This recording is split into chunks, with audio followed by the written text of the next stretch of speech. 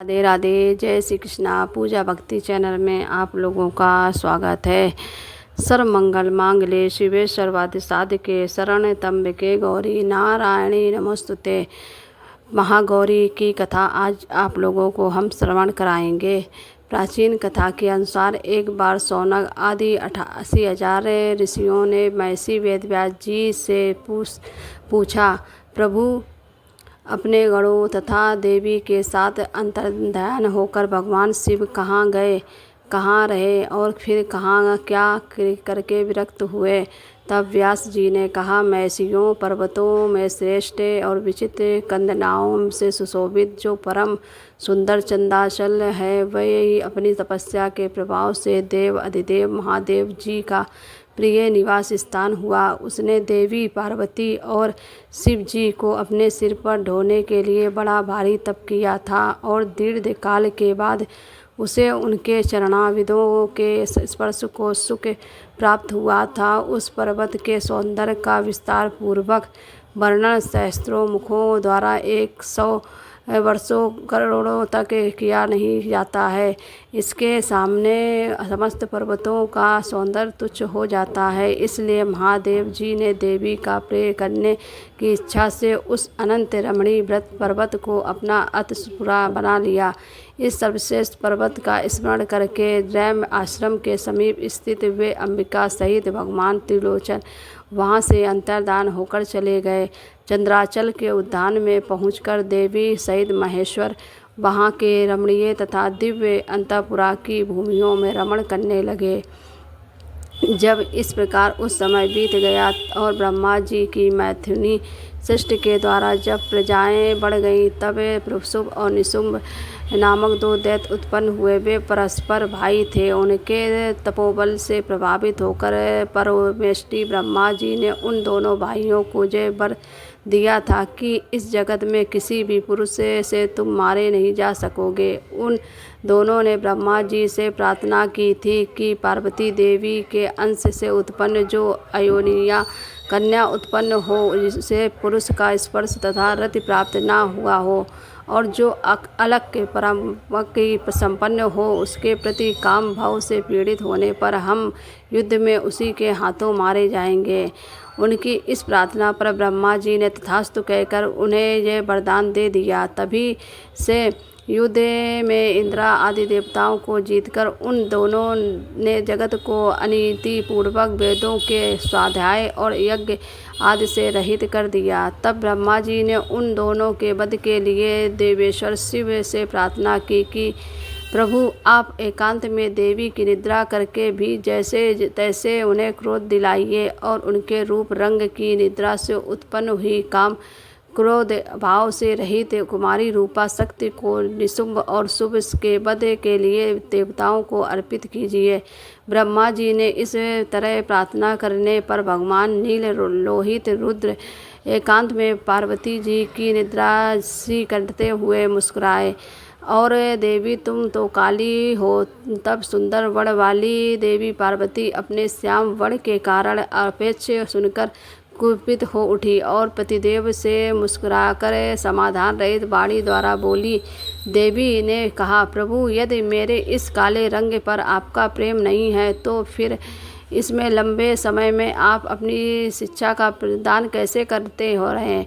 कोई स्त्री कितनी भी सर्वांग सुंदरी क्यों ना हो, यदि पति का उस पर अनुराग नहीं हुआ तो वह अन्य समस्त गुणों के साथ ही उसका भी जन्म लेना ही व्यर्थ हो जाता है। स्त्रियों की यह सृष्टि से पति के भोग का प्रधान अंग है और यदि वह उससे भी वंचित हो गई हो तो उसका और कोई उपयोग हो सकता है। इसलिए आपके एकांत में जिसकी निद्रा की है मैं उसी वर्ण को त्याग कर दूसरा वर्ण ग्रहण करूंगी या फिर स्वयं ही मिट जाऊंगी। ऐसा कहकर देवी तुरंत शैया से उठकर खड़ी हो गई और तपस्या के लिए दंड निश्चय कर गद्य कंठ से जाने की आज्ञा मांगने लगी। इस प्रकार प्रेम भंग होने से भयभीत होकर भूतनाथ भगवान शिव स्वयं भवानी को प्रणाम करते हुए बोले। भगवान ने कहा, प्रिय, मैंने कीड़ा या मनोविनोद के लिए तुम्हें यह बात कही है। मेरे इस अभिप्राय को न जानकर तुम कुपित क्यों हो गई? और यदि तुम पर मेरा प्रेम नहीं होगा तो फिर भला और किस पर हो सकता है? इस जगत की माता हो और मैं पिता और अधिपति हूँ, फिर भी तुम मेरा प्रेम न होना कैसे संभव हो सकता है? हम दोनों का यह प्रेम भी क्या कामदेव की प्रेरणा से हुआ है? कदापि नहीं, क्योंकि कामदेव की उत्पत्ति से पहले ही तो जगत की उत्पत्ति हुई है। कामदेव की सृष्टि तो मैंने साधारण लोगों की रति के लिए की थी। कामदेव मुझे साधारण देवता के समान मानकर मेरा कुछ कुछ तिरस्कार करने लगा था, इसलिए मैंने उसे भस्म कर दिया। और हम दोनों का यह लीला विहार भी तो जगत की रक्षा के लिए ही है, और उसी के लिए आज मैंने तुम्हारे पति जे परिहार युक्त बात कह दी है। मेरे इस कथन की सत्यता तुम पर शीघ्र ही प्रकट हो जाएगी। तब देवी पार्वती जी ने कहा, भगवान, पति के प्यार से वंचित होने पर जो नारी अपने प्राणों का भी परित्याग कर देती है, वह कुलांगना और शुभ लक्षणा होने पर भी सत्य पुरुषों द्वारा निंदित ही समझी जाती है। मेरा शरीर गौरव का नहीं है और इस बात को लेकर आपको बहुत खेद होता है, न अन्यथा कीड़ा या परिहास में भी आपके द्वारा मुझे काली कलूटी कहा जाना कैसे संभव हो जाता था? प्रभु, मेरा कालापन आपको प्रिय नहीं है अब, इसलिए यह सत्पुरुषों द्वारा भी निंदित है, और अब तपस्या द्वारा इसका त्याग किए बिना मैं यहाँ रह ही नहीं सकती। देवी की बात सुनकर भगवान शिव बोले, यदि अपनी श्यामलता को लेकर तुम्हें इस प्रकार का संताप हो रहा है तो फिर इसके लिए तुम्हें तपस्या करने की आवश्यकता ही क्या है? तुम मेरी या फिर अपनी इच्छा मात्र से ही दूसरे वर्ण से युक्त हो जाओ।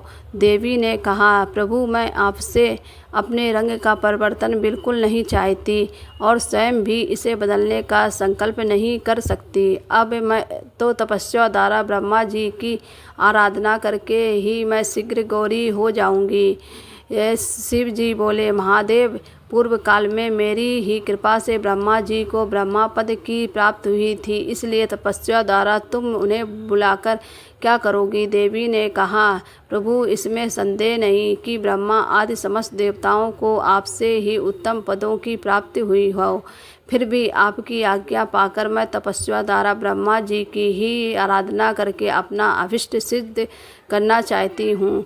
पूर्ण काल में जब मैं सती के नाम से दक्ष की पुत्री हुई थी, तब तपस्या द्वारा ही मैंने आप जगदीश्वरी को पति के रूप में प्राप्त किया था। इसी प्रकार आज भी तपस्या द्वारा ब्राह्मण ब्रह्मा जी को संतुष्ट करके मैं गौरी होना चाहती हूँ।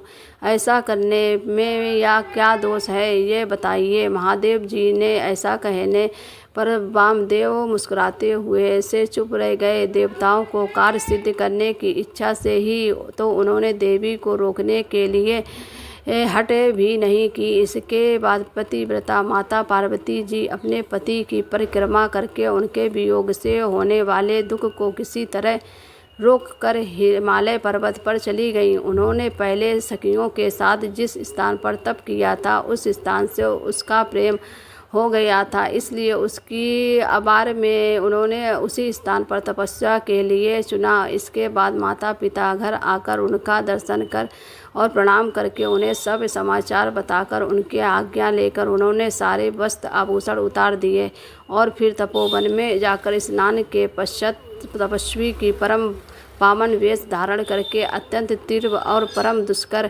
तपस्या करने का संकल्प ले लिया। वे मन ही मन सदा पति के ही चरणों और बिंदों की चिंतन करती हुई किसी क्षणिक लिंग में उनकी का ध्यान करके पूर्व की ब्रह्मा विधि के अनुसार जंगल के फल फूल आदि उपकरणों द्वारा तीनों समय उनका पूजन करती थी। भगवान शंकर ही ब्रह्मा का रूप धारण करके मेरा तपस्या का फल मुझे देंगे, ऐसा दृढ़ विश्वास रखकर वे प्रतिदिन तपस्या में लगी रहती थी। इस तरह तपस्या करते करते जब बहुत समय बीत गया, तब एक दिन उनके पास कोई बहुत बड़ा व्याध देख गया। वह दुष्ट भाव से वहां आया था। पार्वती जी के निकट आते ही उस दुरात्मा का शरीर जड़वत हो गया और वह उनके समीप चित्रलिखित सा दिखाई देने लगा।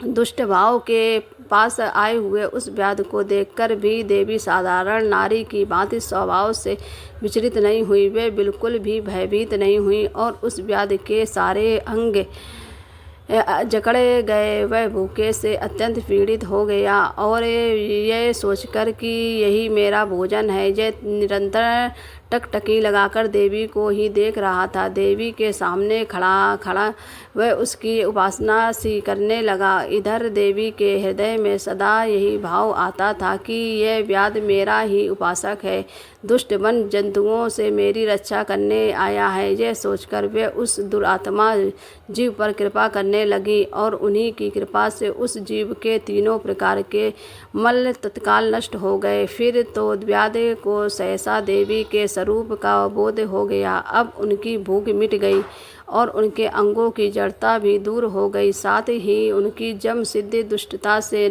भी नष्ट हो गई और निरंतर तुष्ट बनी रही लगी। इस समय उत्कृष्ट रूप से उनकी कृतज्ञता का अनुभव करके वह तत्काल भक्त हो गया और उन परमेश्वरी देवी की सेवा करने लगा।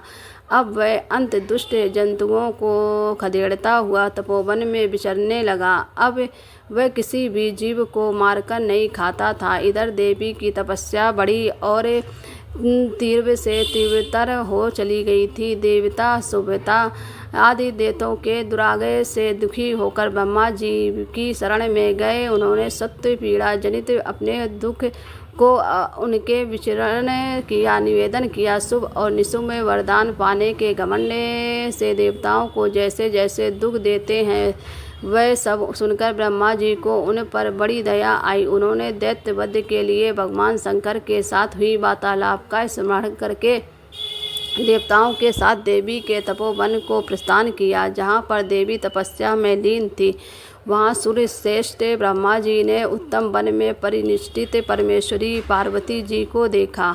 वे संपूर्ण जगत की प्रतिष्ठा सी जान पड़ती थी। अपने श्री हरि के तथा रुद्रदेव से भी जन्मदाता पिता महामहेश्वर की भार्या आर्या जगत माता गिरिराज नंदिनी पार्वती जी को ब्रह्मा जी ने प्रणाम किया। देवगणों के साथ ब्रह्मा जी को आया देखती ने उनके योग्य अर्घ्य देकर स्वागत आदि के द्वारा उनका सत्कार किया। बदले में उनका भी सत्कार और अभिनंदन करके ब्रह्मा जी अनजान की तरह देवी की तपस्या का कारण पूछने लगे। ब्रह्मा जी तो सब कुछ जानते थे। तब ब्रह्मा जी कहने लगे, देवी, इस तीव्र तपस्या के द्वारा आप यह किस अभिष्ट मनोरथ की सिद्ध करना चाहती हैं? तपस्या के संपूर्ण फलों की सिद्धि तो आपके ही अधीन है, जो समस्त लोकों में स्वामी हैं।